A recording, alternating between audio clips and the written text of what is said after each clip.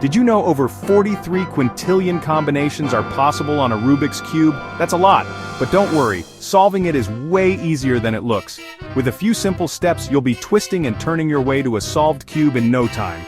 Get ready to impress your friends and unlock the secrets of this iconic puzzle. Let's get started. Before we begin, let's get familiar with the Rubik's Cube.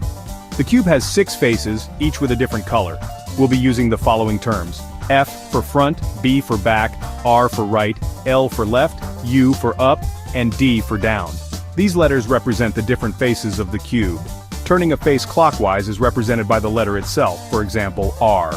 Turning it counterclockwise is represented by the letter followed by an apostrophe, for example, R. Now that we know the basics, let's solve this puzzle.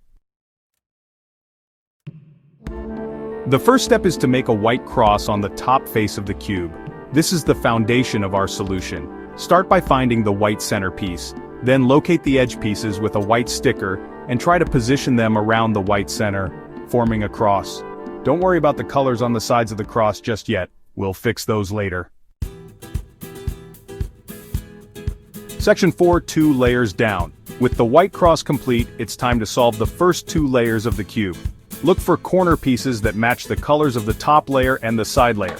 We need to position them correctly to complete the first 2 layers. Remember to use the F, B, R, and L moves to align the pieces and insert them in their correct positions. Practice makes perfect, so keep trying. Section 5, the final frontier. Now comes the exciting part, solving the last layer. We'll use a combination of algorithms, which are sequences of moves, to solve the remaining pieces.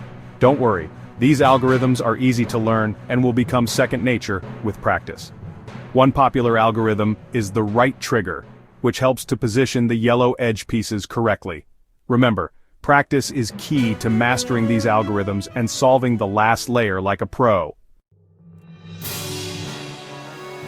Section 6, Cube Master in the Making. Congratulations! You've learned the basics of solving a Rubik's Cube. Remember, practice makes perfect. The more you practice, the faster and more efficient you will become. There are tons of resources available online, including videos and tutorials, to help you improve your skills and learn advanced techniques. So keep practicing, have fun, and impress everyone with your newfound cube-solving abilities.